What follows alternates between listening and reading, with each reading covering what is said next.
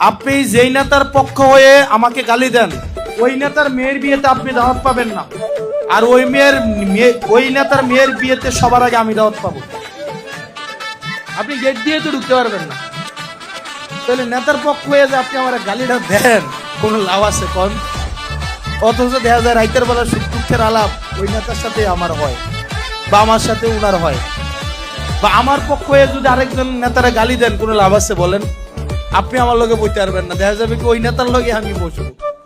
তো আমার পক্ষ হয়েও কাউকে গালি দেওয়ার দরকার নাই, আরেকজনের পক্ষ হয়েও আমাকে গালি দেওয়ার দরকার নাই। তবে দিতে দেন, আপত্তি নাই আমার, তবে দিয়া কোনো লাভ নাই। দলাদলি করে আমার ঘরের বাজার কিন্তু ঠিকই ভালো বাজার হবে, নেতার ঘরের বাজারও ঠিকই ভালো বাজারই হবে। দিন শেষে আমি গিয়ে আপনার ঘরের বাজারটা করে দিয়ে আসবো না। আপনি যে আমার পক্ষ হয়ে ঝগড়াটা করবেন, বা আরেক নেতার পক্ষ হয়ে আমার বিপক্ষে ঝগড়া করবেন, আপনার আম্মা অসুস্থ হইলে আপনার আম্মার চিকিৎসার টাকাটা কিন্তু নেতা দিবে না, আমিও দিব না। আপনার নিজে কর্ম করে ওষুধটা কিনতে হবে। সেজন্য নেতার পিছনে না ঘুরে, জীবনটা নষ্ট না করে, নিজের জন্য কিছু করে নিজের সন্তানের জন্য একটা ভবিষ্যৎ রেখে যান।